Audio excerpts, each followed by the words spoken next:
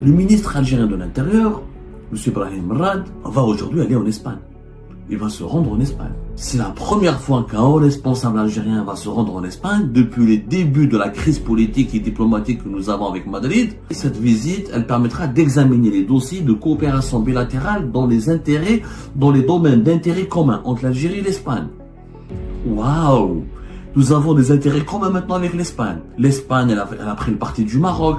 L'Espagne s'est alignée sur la position du Maroc dans le dossier Sahara occidental. Exactement ce que la France a fait en fin juillet 2024. La crise avec l'Espagne a duré 2 années et demie, presque 3 ans. L'Espagne n'a pas changé de position à l'égard du Maroc. Elle est toujours alliée du Maroc. D'ailleurs, la stratégie du pouvoir algérien, c'est de se réconcilier avec Madrid pour continuer à se battre contre Paris. Mais, au final, ça ne cache pas le bilan et l'échec de cette politique de bras de fer avec les pays qui ont reconnu la souveraineté du Maroc sur le Sahara occidental. On n'a pas obtenu un compromis. Il n'y a pas eu un petit changement de leur position à l'égard du problème initial. Il faut maintenant, je pense, arrêter de se lancer dans des bras de fer, dans des disputes, dans des conflits totalement contre-productifs et inutiles, puisqu'à la fin, on ne gagne rien et on revient vers une réconciliation avec nos anciens adversaires.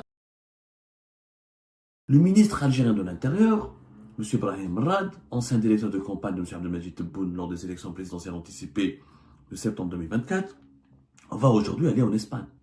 Il va se rendre en Espagne. C'est la première fois qu'un haut responsable algérien va se rendre en Espagne depuis les débuts de la crise politique et diplomatique que nous avons avec Madrid, depuis juin 2022.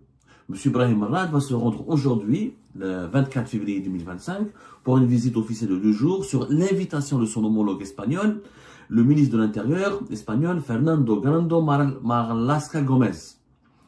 Un communiqué officiel du gouvernement algérien et du ministère de l'Intérieur algérien confirme cette visite. Et M.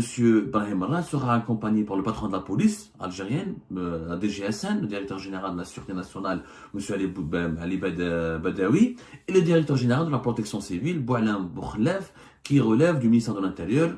Et cette visite, elle permettra d'examiner les dossiers de coopération bilatérale dans les domaines d'intérêt commun entre l'Algérie et l'Espagne. Waouh! Nous avons des intérêts communs maintenant avec l'Espagne. Mais on a oublié qu'avec l'Espagne, c'était devenu notre ennemi absolu. L'Espagne, elle a pris le parti du Maroc. L'Espagne s'est alignée sur la position du Maroc dans le dossier Sahara occidental. Depuis juin 2022 jusqu'à aujourd'hui, les relations diplomatiques et politiques avec l'Espagne ont été totalement gelées. Et c'est la première fois qu'un haut responsable algérien se déplace en Espagne depuis 2022.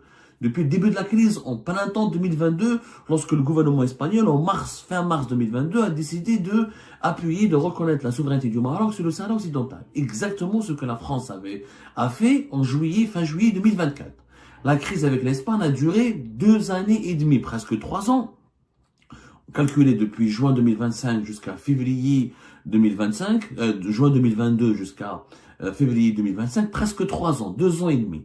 Et 2 ans et demi plus tard, l'Algérie revient à de bonnes relations, relance ses relations bilatérales avec l'Espagne, et elle revient à de meilleurs sentiments à l'égard de l'Espagne, et elle parle d'intérêts communs. Après 2 années et demie de crise extrêmement dures, des attaques, des visites bilatérales qui ont été gelées, des accords de coopération qui ont été gelés, un traité d'amitié avec l'Espagne qui a été gelé depuis juin 2022, et je rappelle que la reprise des relations avec l'Espagne, elle a commencé au même moment où les autorités algériennes avaient entamé un bras de fer avec la France. En réalité, c'est quoi la stratégie du pouvoir algérien actuel? Je me bats avec la France, je me dispute avec la France, j'ai un bras de fer compliqué et solide et dur avec la France. Qu'est-ce que je fais? Je me réconcilie avec l'Espagne. C'est ça la stratégie actuelle.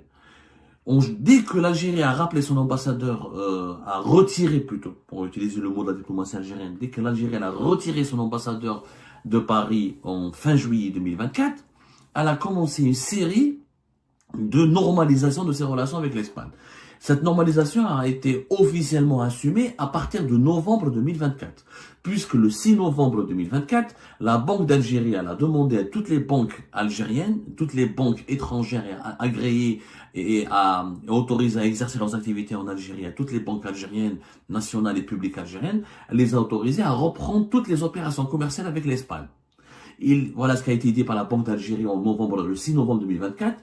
En vertu de la réglementation d'échange en vigueur, les banques intermédiaires agréées doivent veiller à la régularité des opérations de commerce extérieur et d'échange qu'elles traitent. À ce titre, les banques intermédiaires agréées voudront bien noter que les opérations de domiciliation bancaire, les opérations de commerce extérieur de et vers l'Espagne doivent être traitées conformément à la réglementation d'échange. Les relations, donc les banques algériennes qui avaient l'interdiction depuis juin 2022 d'autoriser les opérations de domiciliation bancaire pour importer des produits espagnols, depuis juin 2022, en novembre 2024, cette interdiction a été levée et les opérations de commerce extérieur entre l'Algérie et l'Espagne ont été rétablies et régularisées. Et depuis cette date-là, les relations se sont améliorées. Comme par hasard, au moment où, vers la fin de l'année 2024, il y avait 6 novembre 2024, quelques jours plus tard, l'arrestation de Boualem Sansal, son emprisonnement et la crise avec la France, elle est devenue plus qu'intense et violente, elle est devenue toxique. Aujourd'hui, nous avons des relations conflictuelles toxiques avec la France. Pas un jour qui passe sans qu'il y ait des attaques, des ripostes, des insultes, des invectives, des remises en cause, des reproches, des tensions et un bras de fer. Mais avec l'Espagne, on a complètement oublié. Les autorités algériennes, en tout cas le pouvoir algérien actuel, nous a fait oublier qu'il avait aussi un problème avec l'Espagne. Soudainement, par magie, par pure magie, le problème avec l'Espagne a disparu. Le problème avec l'Espagne est en train de disparaître. Alors, avant que M. Marrad parte, commence sa visite aujourd'hui en Espagne, c'est une visite historique, c'est la première fois depuis 2022. Auparavant, il y avait le chef de la diplomatie algérienne, Hamad Attaf, qui a rencontré le chef de la diplomatie espagnole. Ce chef de la diplomatie espagnole qui devait venir en Algérie en février 2024 et qui a été interdit de venir en Algérie en 2024.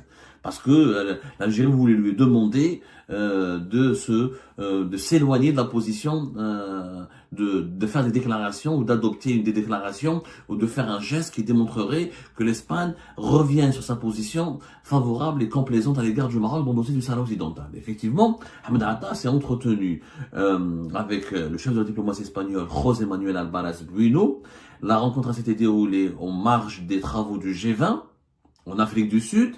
Et il y a eu un communiqué officiel de la part des autorités algériennes qui explique que le ministre espagnol a réitéré ses remerciements aux autorités algériennes pour la contribution efficace à la libération du ressortissant espagnol Navarro Canada Joaquim, qui a été retenu en otage pendant quelques jours en janvier dernier, fin janvier, vers la fin du mois de janvier 2025 au nord du Mali, après avoir été kidnappé et enlevé au sud de la wilaya de Tamanrasset, mettant en avant le soutien de son pays au rôle de l'Algérie dans le renforcement de la stabilité et la promotion du développement de la région sahélo-saharienne, précise un communiqué du ministère algérien des Affaires étrangères.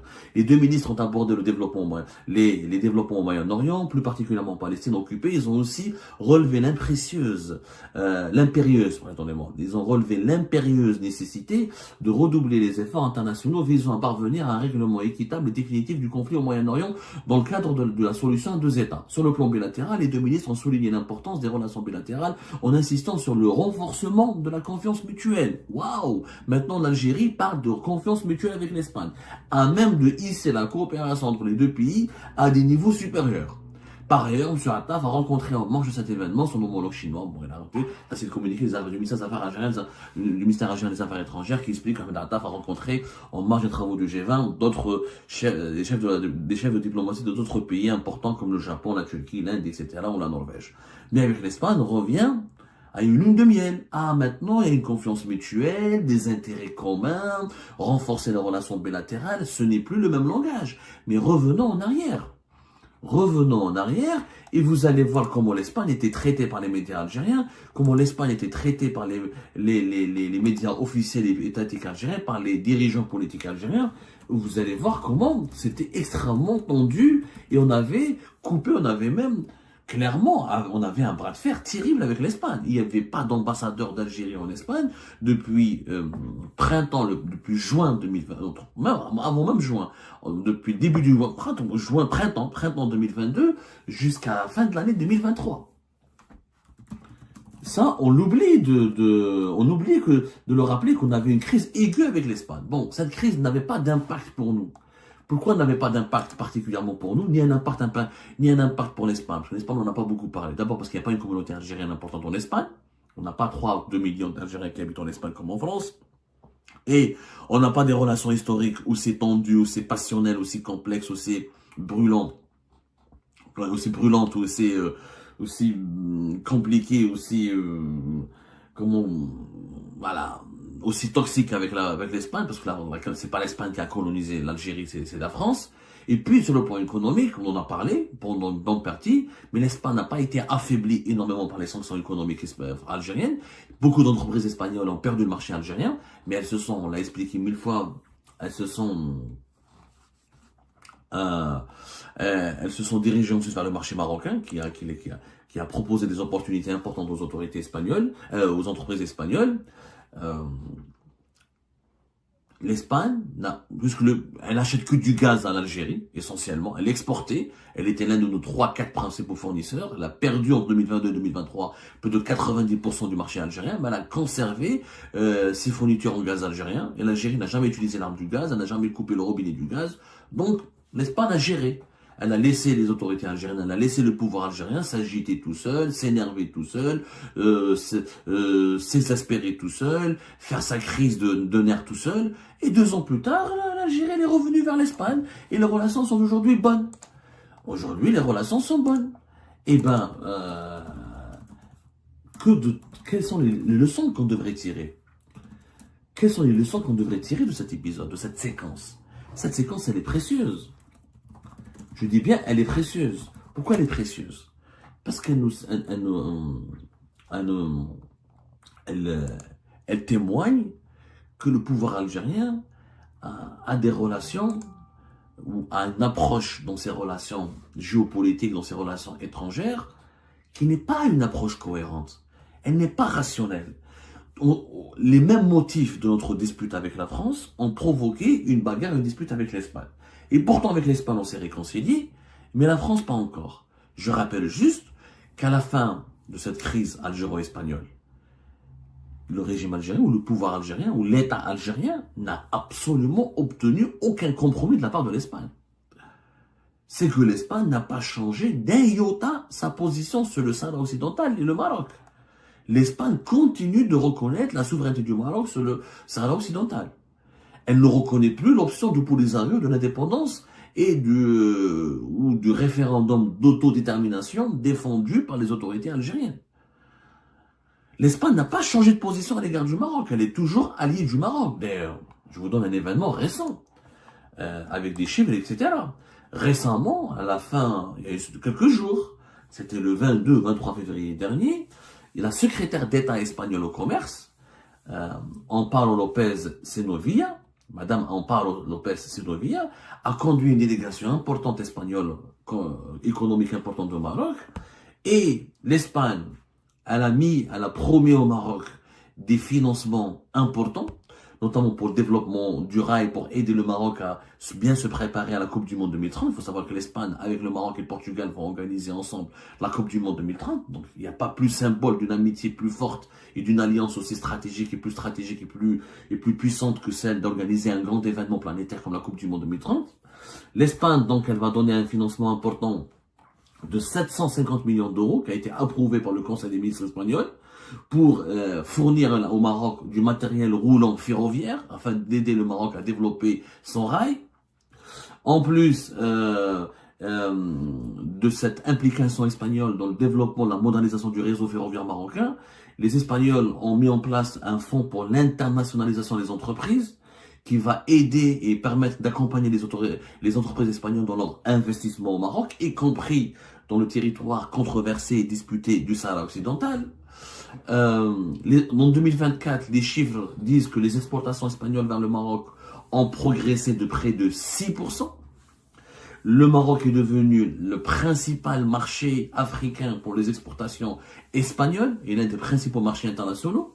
L'excédent commercial de l'Espagne avec le Maroc, il a dépassé les 3 milliards d'euros. C'est-à-dire que l'Espagne, elle a été gagnante. Elle a gagné plus de 3 milliards d'euros dans ses échanges. Elle a plus exporté vers le Maroc qu'elle en a importé. Donc elle est totalement gagnante. Il y a 350 entreprises espagnoles qui sont implantées au Maroc et qui développent des activités importantes dans énormément d'activités, dans énormément de secteurs d'activité. Donc l'Espagne est restée un allié stratégique du Maroc. Et elle continue de soutenir la fameuse marocanité du Sahara occidental ou la reconnaissance de la souveraineté du Maroc sur le Sahara occidental. Elle n'a pas changé sa position d'un iota. Donc, en 2 ans et demi de crise, aujourd'hui, on s'apprête à se réconcilier avec l'Espagne. On s'est réconcilié de facto, puisque Brahim Marad, le ministre de l'Intérieur, va aller à Madrid, va aller en Espagne et va rencontrer son homologue espagnol et va relancer les discussions pour les sujets d'intérêt commun. Voilà, des intérêts communs. Maintenant, on reconnaît qu'on a des intérêts communs avec l'Espagne, alors qu'on avait diabolisé l'Espagne de 2022 jusqu'à 2025, et on voulait pas traiter avec elle, on a gelé les relations, on a bloqué le traité d'amitié, on a bloqué nos relations. À la fin, on n'a rien gagné. L'Algérie n'a rien gagné. En réalité, aujourd'hui, le pouvoir algérien a été intelligent, effectivement. Il faut le reconnaître, une certaine intelligence tactique, un vice. Je vous ai dit, le pouvoir algérien n'est pas médiocre. Il est vicieux, il est très intelligent. Il a bien compris qu'il ne pouvait pas affronter l'Espagne et la France en même temps.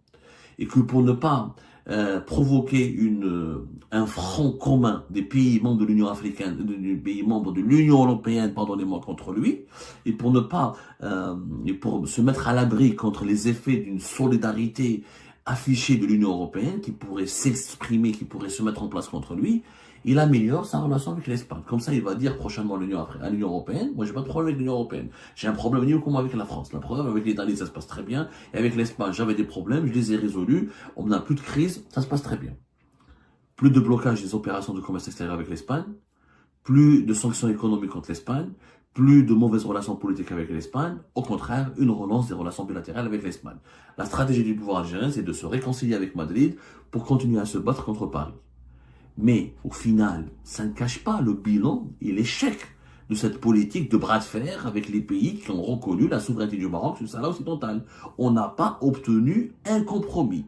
Il n'y a pas eu un petit changement de leur position à l'égard du problème initial, de l'origine du conflit. Donc, on devrait peut-être lancer un débat. Est-ce que c'est intelligent de la part de l'Algérie de continuer à vouloir se battre à tout prix et se bagarrer à tout prix contre les pays ou avec les pays qui ne veulent pas reconnaître l'indépendance du Sahara occidental? La réponse est pour moi évidente. On devrait aujourd'hui faire preuve de pragmatisme, de rationalité et se concentrer sur notre développement, sur le renforcement de notre stabilité et de notre sécurité nationale, sur la croissance économique dans notre pays, sur la préservation des générations futures, sur le dynamisme économique national qui nous manque cruellement. Il faut maintenant, je pense, arrêter de se lancer dans des bras de fer, dans des disputes, dans des conflits totalement contre-productifs et inutiles, puisqu'à la fin, on ne gagne rien et on revient vers une réconciliation avec nos anciens adversaires sans rien arracher comme compromis par rapport, encore une fois, aux raisons initiales qui ont provoqué notre problème, nos problèmes ou nos crises avec ces pays-là.